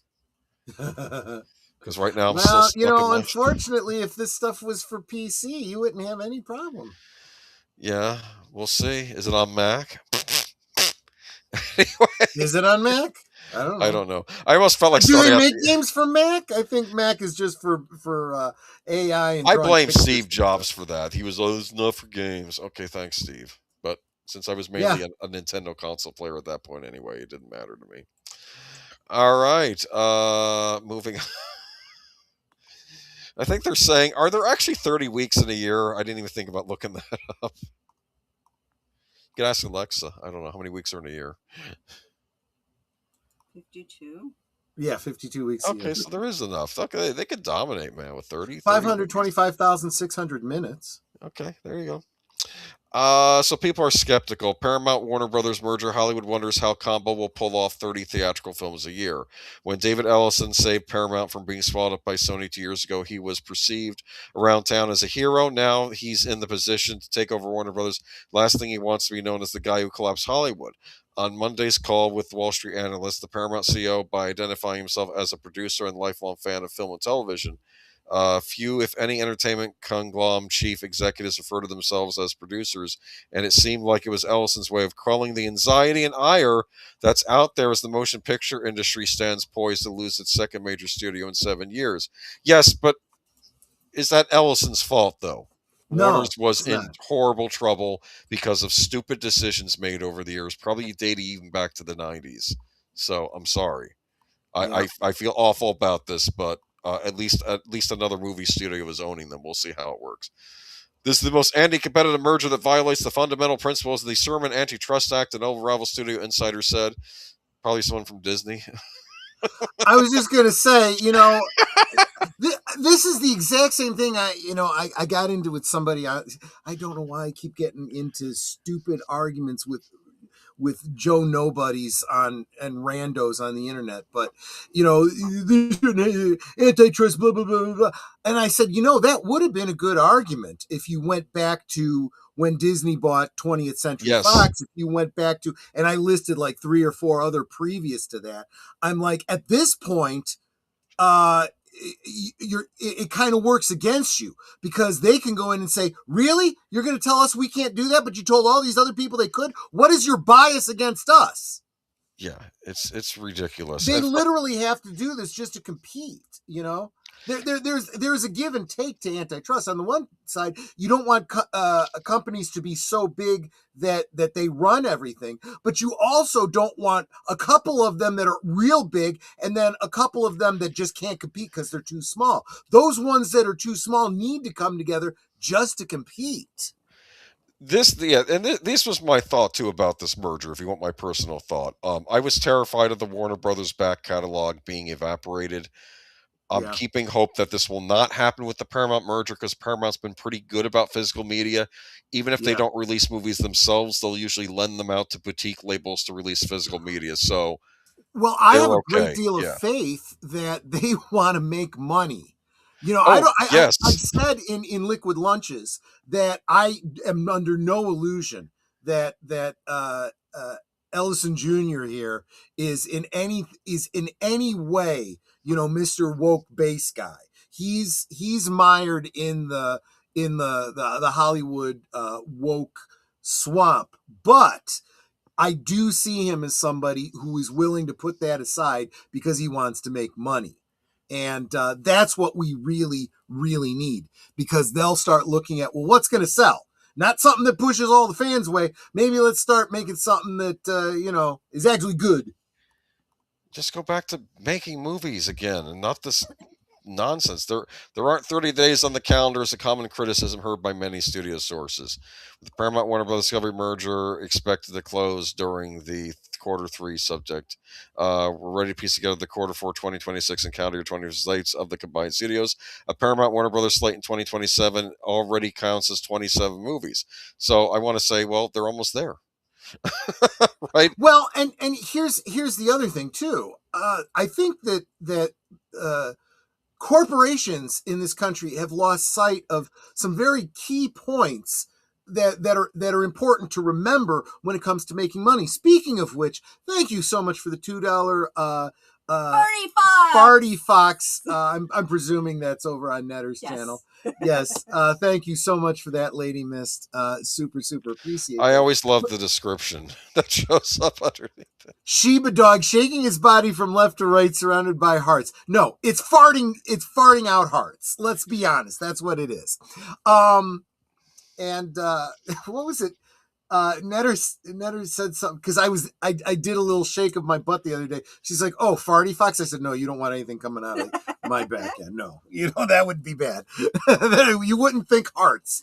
But these companies are losing track of the fact that they exist to make money, and the best way to make money is not by being namby-pamby and safe. You make money by taking risks. And I really do think the Ellisons realize that because look at this. Look at the money they're putting they're out. Also talking about putting out comedies, which I think is long overdue, and they just need to be good comedies. As a matter of fact, I just saw that WDW Pro, just before we went live, put out a video talking about how it looks like Hollywood is getting back to doing comedy again. And by comedy, we mean real comedy, not afraid to offend. Yeah. I mean, come on, we're living in a ridiculous decade. There's a lot to make fun of right now, and all over the place. So just I don't know. He was basically saying, though, and another quote of his, though, was that, well, when I say 30, I'm thinking 15 from Paramount, 15 from Warner Brothers, because they're running two studios now, basically. I mean, I know it's right. I don't know. David Zaslav sells $114 million worth of Warner Brothers Discovery stocks after WD clinches Paramount Skydance. I hate to, well, I don't hate to toot my own horn. I love to toot my own horn. don't anybody clip that. But the fact is that this was never about what was best for Warner Brothers. It was never about what was best for Hollywood or anyone else. It was always about what was best for David Zaslav. He went in looking to make money for himself. It was very clear, and it almost really blew up in his face when he got called on it. But anyway, you should go ahead. I'll get more into it. Sure. David Zaslav, president and CEO of Warner Brothers Discovery, filed to sell just over $114 million worth of stock in the company. His sale of the shares come less than a week after the Warner Brothers Discovery clinched a deal to sell itself to Paramount Skydance for $31 a share after Netflix walked away from its deal with Warner Brothers. Zaslav is selling 4,149 shares of Warner Brothers Discovery stock with an aggregate market value of $114,118,256, and I assume change per SEC filing from the company Tuesday. Mm-hmm. The data stock sale was listed March 3rd. He's taken the money and run. That's basically what I'm saying here. Okay, I don't. This is what he did it for. This was not about, I mean, I think maybe Warner Brothers may end up being healthier, but he was there just to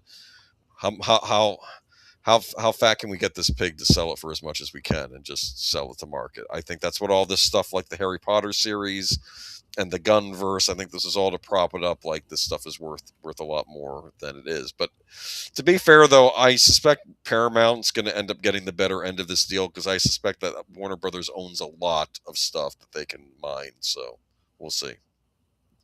Yep. Any thoughts, though? No.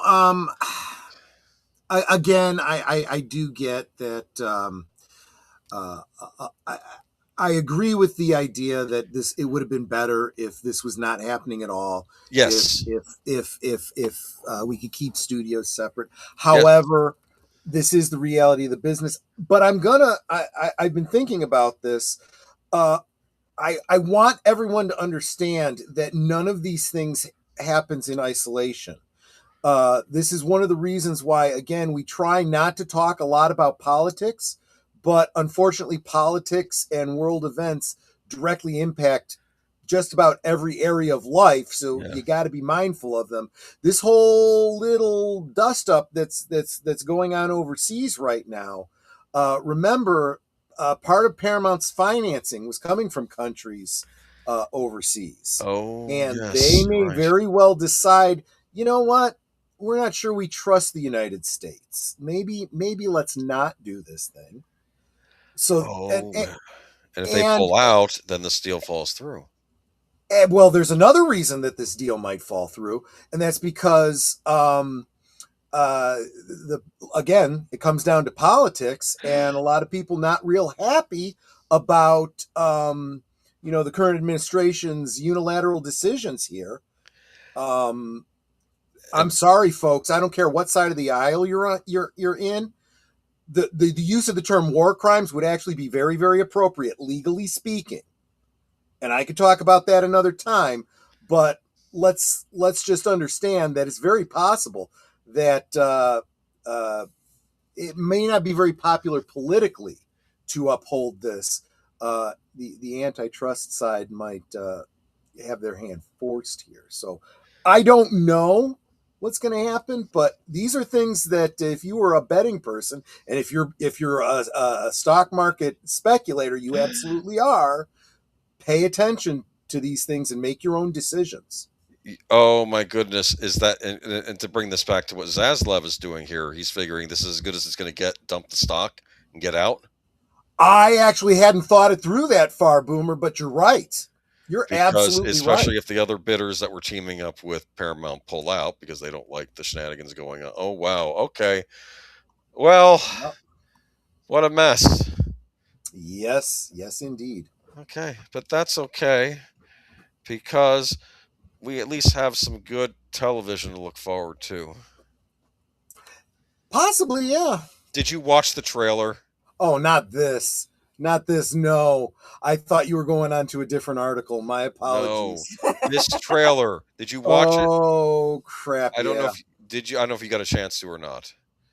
Check the description of tonight's show. I said it is Green Lantern with neither green nor lantern. Yes. Well, here's the thing. Okay. All right, let me read a little bit from the article. I don't want to spend too much time on this stuff.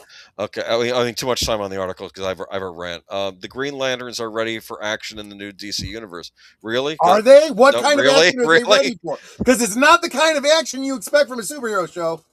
HBO unveiled the first trailer for DC Studios' Lantern, set to premiere in August. Lantern centers around Hal Jordan, Kyle Chandler, and new recruit John Stewart as they investigate a murder in Nebraska. As Green Lanterns, the two are intergalactic peacekeepers who wear emerald rings that give them the power to create green light constructs of any shape or size, which you will not see on this show. I'm kidding. Maybe you will. Okay. I know. It doesn't look like you will. The two must use their abilities to uncover a dark mystery and a reckoning that could destroy them all. The trailer shows the buddy cop relationship between Hal and John as the elder Green Lantern shows the new recruit the ropes. In the opening moments, Hal drives a car off a cliff and forces John to use his quick thinking and Green Lantern powers to save himself.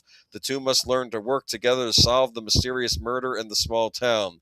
There's a quick shot of the Green Lantern costume, a ring, and the power battery, plus a reference to Chip, an extraterrestrial Green Lantern who looks like a squirrel. Oh, I'm glad. Okay, I'm done. I can't do this anymore. I hate for them to actually show the character, you know. Yes, he says, I don't talk to the other Green Lanterns, they're aliens. What am I getting? Well, the green translates for you. But even still, yeah, here's what I think of this show. I think Jon Stewart, oddly enough, is acting like Jon Stewart. He looks like Jon Stewart. He's acting like Jon Stewart. He's just stuck in this horrible series. For some reason, I guess the ring gets passed down, or he's not allowed to wear the ring, which doesn't make any sense, because if you're training someone how to be a Green Lantern, he should be having the ring on at all times to, do the ring stuff, right? Learn Right. how to use the ring. Yes. And then Hal Jordan, I guess, isn't wearing the ring either, but he has a costume in his closet because, of course, the Green Lantern wears a costume. He doesn't make the costume out of the ring, which is what I thought he did. I don't know what to tell you. I don't know what to tell you. Oh, I have other rants. So theories on this. I suspect that James Gunn will later on say, "Oh, this was always an Elseworlds project. It was never going to be part of the proper DCU." I don't. That is always the potential fallback position for them. That is true. I think that this is they keep comparing it to True Detective. Can we? Season 1 of True Detective, really good. Season 2, terrible. Season 3, okay, but I don't think it stuck the landing. And then you had Season 4, which I heard was just awful. And can we stop pretending that now, in the year 2026, that True Detective is this big thing anymore and that we need to keep referencing it? I'm sorry. And I'm sorry, this show almost feels like they had a True Detective season scripted, and they didn't want to do another season as True Detective, so they just slapped Green Lantern onto it. That's what this feels like. This does not feel like a Green Lantern series at all. I feel it's very disrespectful to Hal Jordan. I feel it's disrespectful to John Stewart, too, if I'm being honest here, because John Stewart's already ready to be the Green Lantern. He's a Marine. He's trained. He can do the things. He was chosen. The ring chooses the next Lantern. That's it. Exactly. End of story. If it decides to leave you, it leaves you. It's not, I pass the ring down to you. That's not how this works. Right. It actually... technically it kind of is, because there is a lot of precedent for lanterns creating new rings themselves in the field. You get like a field promotion. I need assistance. Okay. Your ring determines that, yes, this person that you want to give a ring to is worthy, stealing something from the Mjolnir construct, and allows you to fashion a ring for them. But that doesn't seem to be what's going on here, if we're honest. Jessica says, Troy, I'm afraid to say this, but the Green Lantern movie we got a long time ago may have been the best live action Green Lantern stuff we'll ever get. A lot of people are saying, for as bad as they thought the Ryan Reynolds film was, this makes that stuff look good. I'm tired of this type of show. I'm tired of these shows that always hint at the fantastic but have to keep it grounded for most of the show. Like, you'll be lucky if you get like one power per episode. This is what I'm talking about. This is that model of we want to do this, that, and the other, but we don't want to commit to it. We're going to do it on the cheap. Okay, fine, but it's never going to be a success. You're pretty much guaranteeing failure. Either crap or get off the pot. Wouldn't a Green Lantern series in space make more sense? Where they're doing a thing on the road in space and going to different alien planets, and there is such an opportunity for James Gunn to get his what's it called? DCU. Well, no, I was going to say his whole Guardians of the Galaxy shtick on by using the Guy Gardner character they've already introduced and seeing the Green Guardians kind of introduced as background characters, like the squirrel. In a space opera comedy-ish kind of thing. But they're not that smart, apparently. The whole tone of this show feels off. It feels like a gritty, like True Detective type show, but that's not what Green Lantern is. And no, don't say it could be other things. It could be a gritty detective show, maybe a Batman series that could work. Or there are probably other characters in the DC canon like that. Maybe the Spectre. They could do a Spectre series. Maybe that might have been interesting. See, a Spectre series with a dark tone might be interesting, right? Yeah. So I don't understand this. And I don't know who this is for. because it's not for the Green Lantern fans, because it's ignoring the canon. But I think it thinks the audience knows who the Green Lantern is. Oh, I know, I recognize the ring thing. No, you don't, because they've never done anything with the Green Lantern except for that one movie. Right. I don't. I mean, there is something to be said for going ahead and doing something for a built-in audience and just assuming that they know.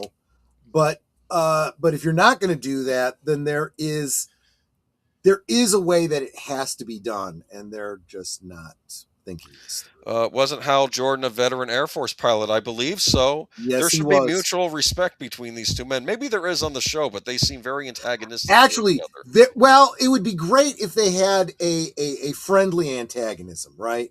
You know, doesn't look friendly.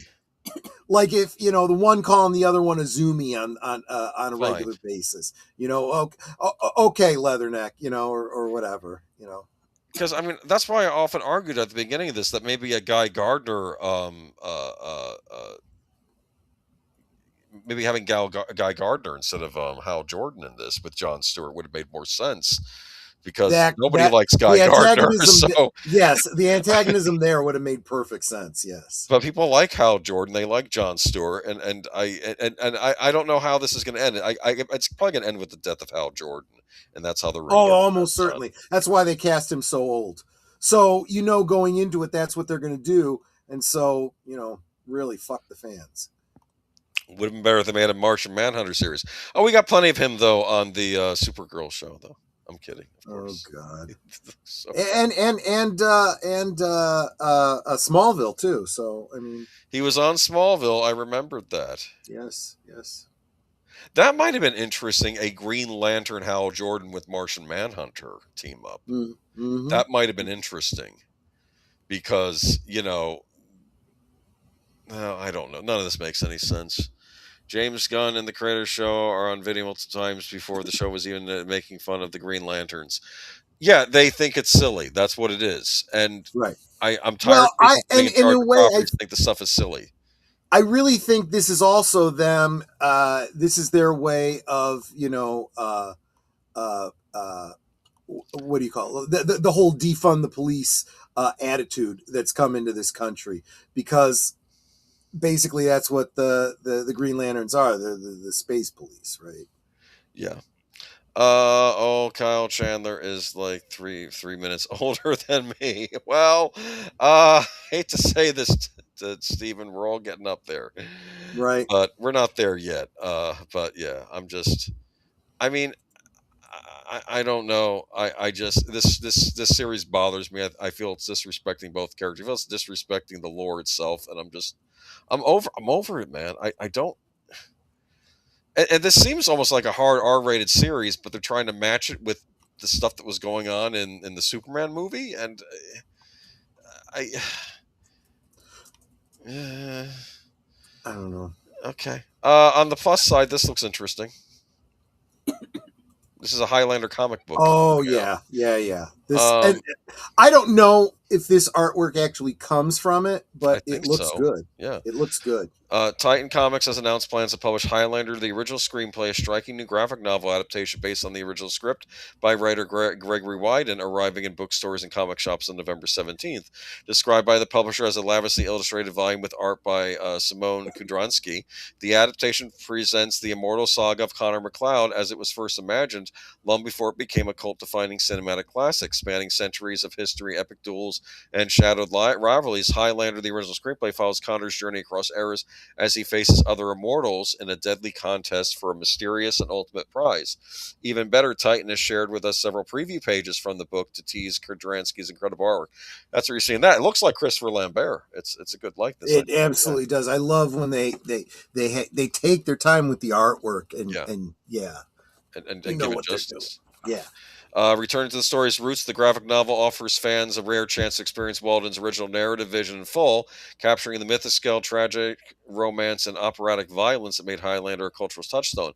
I've been a fan of Highlander since what feels like the dawn of time, so it's a genuine thrill to bring this story back as originally envisioned by a man who created it, Gregory Wyden, said Jonathan Wilkins, editor of Highlander, the original screenplay. For the first time, readers will be Also, we'll be able to experience the epic adventure set across the centuries. It's been a genuine thrill to work with Gregory to discover the various avenues this story explored before filming began. So get ready to visit the blood-stained highlands of the mid-1500s to the steamy streets of New York of the early 1980s for a spectacular take on the immortal tale. This looks interesting. I'm wondering how it Yeah. differs. Maybe gorier? Because even with an R rating, you can only show certain stuff, right? I don't know. Yeah, no, I can't say, but I think there's a great deal of possibility there. Yeah, maybe there are some elements that we'll get that we didn't get originally. We'll have to wait and see. Looks interesting. Yeah. Yeah. I don't know. I think it might be something worth picking up. See, we're not always negative. Jackie Weaver joins cast of NBC's The Rockford Files pilot. Yeah, I had mentioned when we originally brought up the fact that they were, I hate to use the term rebooting, but whatever you want to call it, the Rockford Files. When I saw their initial casting, I was like, okay, wait a minute now. This may not actually be all that bad. Well, believe it or not, I'm not even against the idea of remakes or reboots because Hollywood has been doing that since the old days. The only reason we True. complain about it now is because often remakes are worse than the films they're based on. Whereas they should Right. probably complement the films they're based on, not, go ahead. Well, and again, it's like I was saying, in order to homage, pastiche, whatever, something, you've got to love it first. And if you do go into something like this, loving the project that you're working on, you have every potential for it to be a success. And I have said this before. I have seen remakes and I have seen reboots that were very good, that do the kind of updating you want to see in it. Yeah. I used Battlestar Galactica as a, in quotes, remake that at least mostly right up to the end, I really loved. Even the end wasn't terrible. I just think it was a little rushed, a little sloppy, but by and large, really, really good. And for just one example of a reboot in the form of a late sequel, Ghostbusters Afterlife. I would even say Twin Peaks: The Return. I mean, there's been a lot of them that reboot by just doing a sequel that is time appropriate. Yeah. So like TNG. Yeah, that's actually a great example too. And it had a rough start. They needed to put a little polish on it. After Michael Kuhn and Rich Sternbach were like, the canon isn't quite right. Let's take an opportunity to really nail this down. And they did. Yeah. Like when finally you realize that Worf is kind of from a disgraced family. That's kind of why he's in the Federation, because there was no explanation previously, and they just you kind of figure it out as you go. Look, that's some great story. That made his character a lot more interesting, because think about it, he's keeping this secret because he doesn't want the Empire to fall in a civil war, but he's also angry because of on the face he's been dishonored. He knows he has honor, but it's throughout how it looks to the rest of the Empire, and it's about him trying to come back from that. But anyway, as far as the Rocker Files goes, Jackie Weaver from Clipped has joined the cast of NBC's The Rocker Files pilot, working alongside David Boreanaz and Michaela McManus. The project is a contemporary update on the classic series of the same name. Newly paroled after doing time for a crime he didn't commit, James Rockford returns to his life as a private investigator, using his charm and wit to solve cases around Los Angeles. Weaver will play Rockford's longtime trailer park neighbor. She's a tough, outspoken activist and think tank analyst. So, okay. I mean, yeah, the more I hear about this, the more I'm keep my fingers crossed. This might be something special. We'll see. But apparently, Weaver is an Australian theater, film, and TV actress working for more than 50 years. She is best known outside Australia for her performance in Animal Kingdom, which she was nominated for the 2011 Academy Award for Best Supporting Actress. So, okay. So, absolutely, definite potential. Yeah, I didn't see any. I couldn't find a negative here.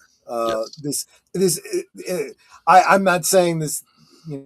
This is necessarily proof positive. This is going to be awesome, but no reason to think it won't be pretty decent. And again, network television. Not a lot of that happening these days. James Garner's wife has blocked me on Twitter. I'm sorry to hear that. You never even interacted with her. I'll tell you exactly why. It's because you were probably following someone that she blocked. And it happens to a lot of us. You end up in these block chains where the friend of my enemy is therefore my enemy. And even though I don't know you, I'm blocked. Yeah, but here's the thing: just because you're following someone, that doesn't necessarily make you their friend. You could be following someone who has opinions you don't agree with, but you're curious as to what they are. I never understand this. We're all children now. It's ridiculous. It's because people really honestly want to live in their bubbles, and definitely don't ever challenge my thoughts and opinions, because blah blah blah blah blah. I don't hear you. I may follow someone because I agree with their position on a certain issue, but I don't agree with their position on other issues. That's the weird thing, It's not all or nothing. It's people are varied in their. It's weird to anyone who doesn't understand intellectual honesty, And of course, we tie this into our good old days from tonight. Yeah, this is interesting. The iconic, not necessarily for the owner of the house. I'll get to that in a second. The iconic house from the Brady Bunch is now an official historic landmark in Los Angeles. Well, look at that. I mean, I guess it kind of is a historical landmark at this point, but it's an unassuming mid-century house in Los Angeles featuring tan siding, stonework, and blue double doors. But for fans of the Brady Bunch, it's an icon. The home's exterior is frequently featured on the family sitcom, which aired from 1969 to 1974. Now the house is an official LA landmark. On March 4th, the LA City Council voted unanimously to add the house to the city's list of historic cultural monuments.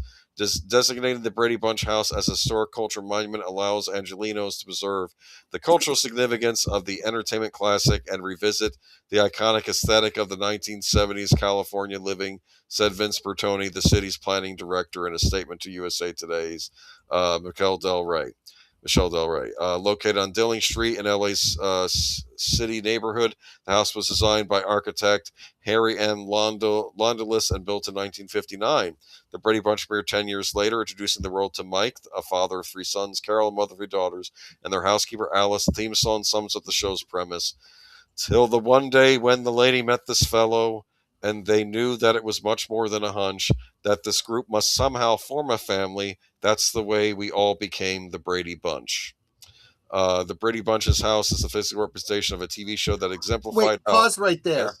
I did want to point out that there was a difference in the opening lines between the first and second season. The original opening song was sung in third person, so it's the way they became the Brady Bunch. And then second season, the kids started singing it, and therefore sang the way we became the Brady Bunch. Just wanted to share that. I didn't mention it in the opening segment. Well, no, I mean, that's important to know, actually. Yeah. Mm-hmm. So let me see. The Brady Bunch pilot showed a different home as the Brady exterior, beginning with the second episode. The Dilling Street location serves as the family's residence. However, all of the show's interior shots were filmed in a studio. The Dilling Street's house interior bore no resemblance to the Brady Bunch sets. That is until 2018, when HGTV purchased the house for $3.5 million and performed a massive renovation. The network produced a 4-part miniseries called A Very Brady Renovation. It featured grown-up Brady Bunch cast members demolishing the home's interior, which Drew and Jonathan Scott, the hosts of The Property Brothers, then helped refurbish. By the show's conclusion, the structure matched the home seen on television inside and out. HGTV took a loss when it sold the house in 2023, reports the Los Angeles Times. Ian Fleming. Enthusiast Tia Trana and her husband Chris Elbrecht, the former chief executive of HBO, paid $3.2 million for the home and its Brady-themed furnishing. She wanted the house for its cultural significance, and she told People's Lizzie Rosenberg in 2023 it wasn't exactly livable. None of the appliance works, says Trahan. The range doesn't work, the stove doesn't work, the oven doesn't work, nothing is functioning, it's all decorative. In November, Trahan and her husband opened the house for a limited number of tours, which cost $275. She also submitted an application to LA Department of City Planning to designate the house as a historical cultural landmark. So at least in this case, it's people that own the house that submitted the house, so it's not the government doing everything. Yeah, that's because that's where it becomes a problem. Because once that happens, you lose all rights to make any. Well, most of your rights. If you want to do anything with the house, it has to be approved by the historical committee or whatever. I just dropped in the chat. Let me bring that up. Suggestive a video you guys might enjoy a tour of the Brady Bunch home, part 1, a CG tour. This girl, Marina Coates, does CG mock-ups of the interiors of houses, famous fictional houses.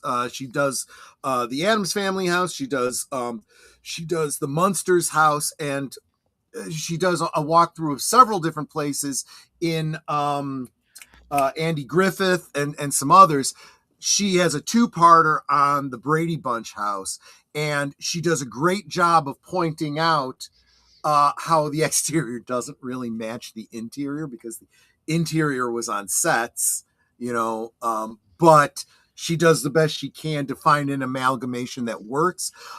Honestly, this is great for those of you that are like big fans of The Sims, because I recreated this house in The Sims as well as a number of other fictional houses.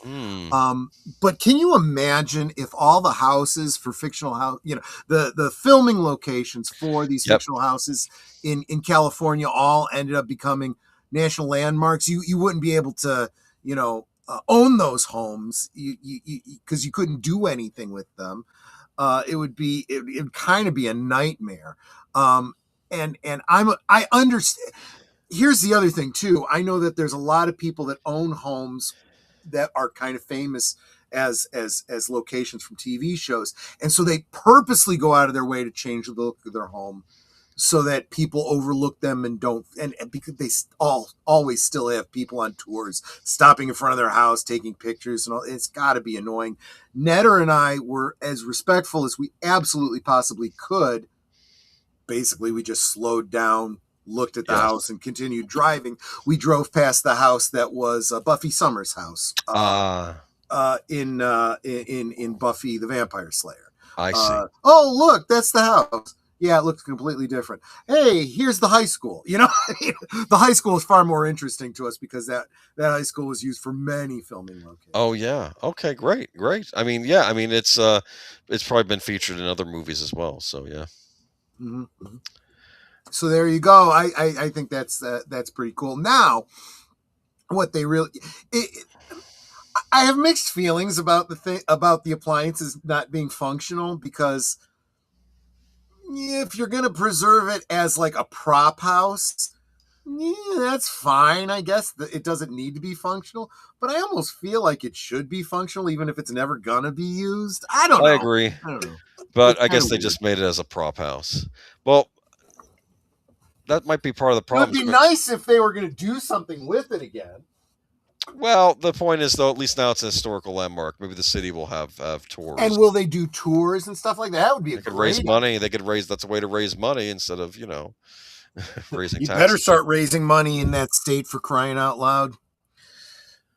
Oh, God. Speaking of raising money. Isn't that a thing of beauty? It is not. And I'll explain my thoughts on that in a moment. We need to talk about this burger that's been getting roasted. McDonald's. Yeah. I just want to give my initial thoughts on just the picture you're showing. Sure. Right? You're essentially looking at a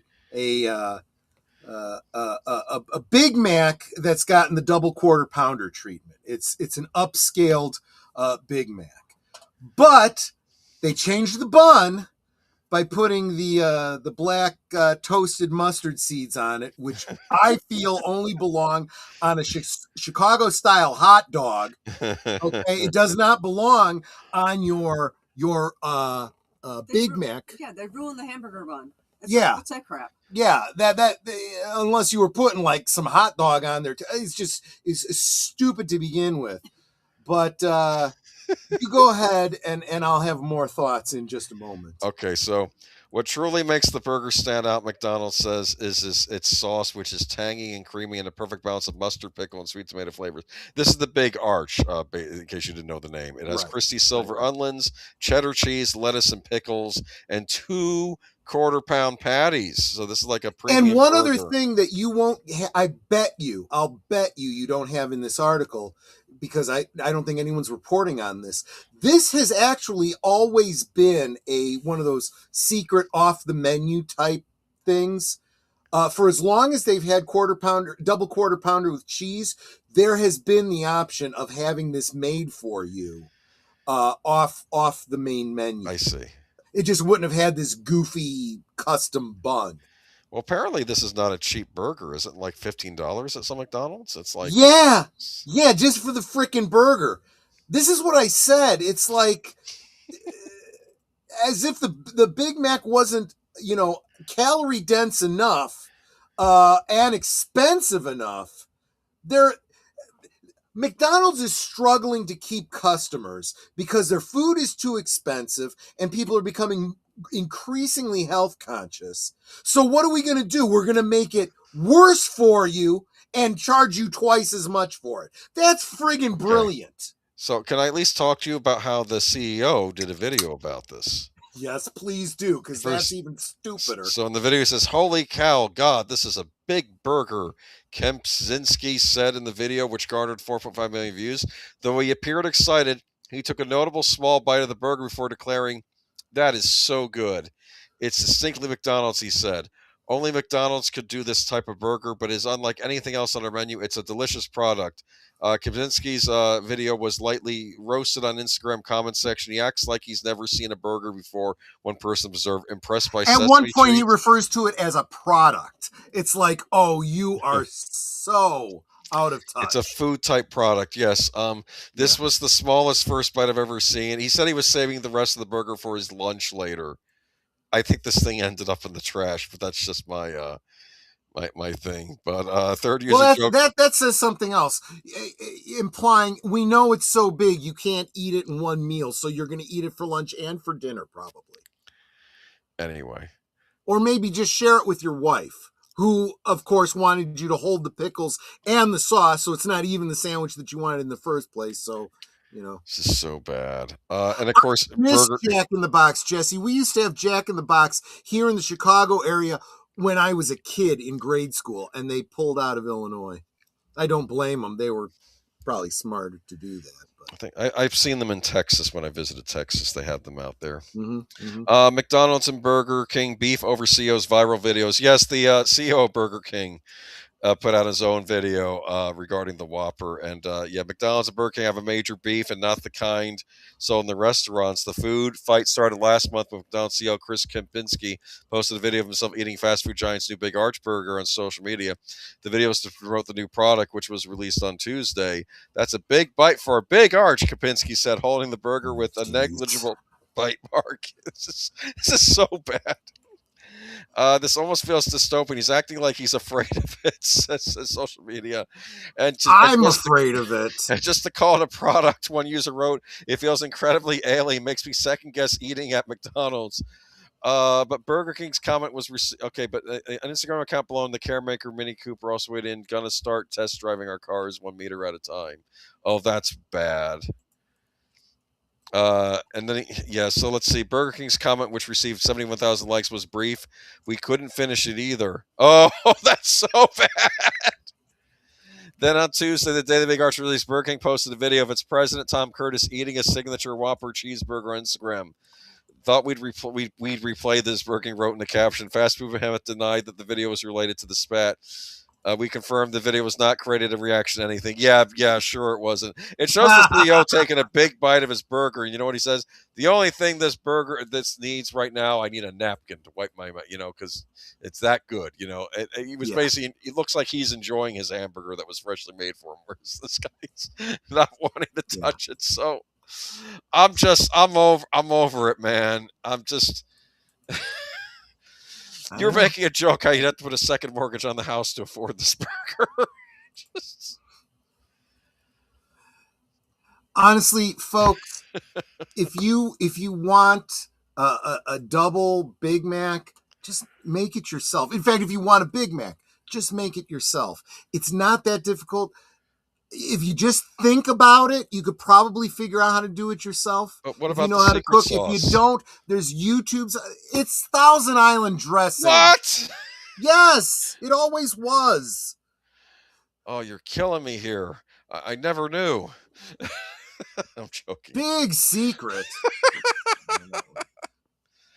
And what is Thousand Island dressing? That's an answer for Thousand Island dressing is ketchup, mayonnaise, and pickle relish. It was made in the Navy. Did you know that?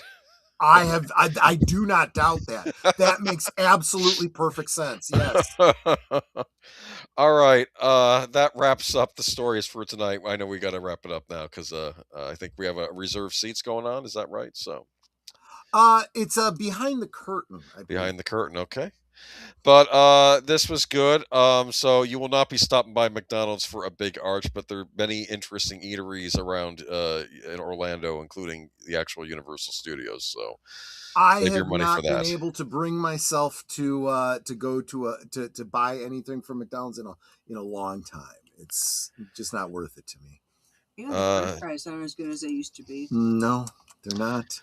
All right. So just a quick recap, though. Tonight you'll be having Doctor Who at what time? In an hour?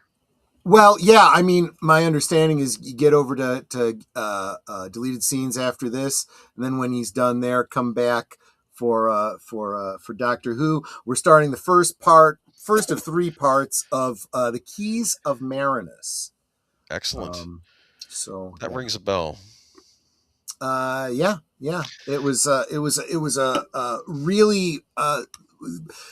They were really starting to dive into the sci-fi element of it. They were kind of. I really feel like at this point they were like, okay, we just did this Marco Polo thing. Forget this historic stuff. Let's just have some fun with it. Dive into the sci-fi. Yeah. And then tomorrow night we have Monday Night of the Movies, right? Yes, we do. In honor of Bruce Campbell, who's having some health struggles, we are going to be rewatching the original. What's it called? Evil Dead. Evil Dead. Thank you. That's a classic. To think of. Yeah. All right. Well, that'll be fun. Just want to say goodbye, y'all. Do either you want to say goodbye before we hit the hay? Well, I want to say how awesome and Osmo. Everybody is here. And thank you all for being here tonight. Thank you again, Lady Miss, for my farty fox. Because I love my farty fox. There you go. And I just remember something. Today is March 8th. It is my 5th year work anniversary. Happy anniversary. Happy anniversary. I've been with my company for 5 years. See if anyone tomorrow remembers. Actually, my boss already sent me a Teams message letting me saying that. That's sweet. Cool. But that also means I get an extra week of vacation. There you go. Great. Good for you. All right. Well, I hope all y'all have a good week, and we'll see you next time. And tune in throughout the week. You'll see me and Troy on various other streams. Catch you later. There you go. Take it easy, guys.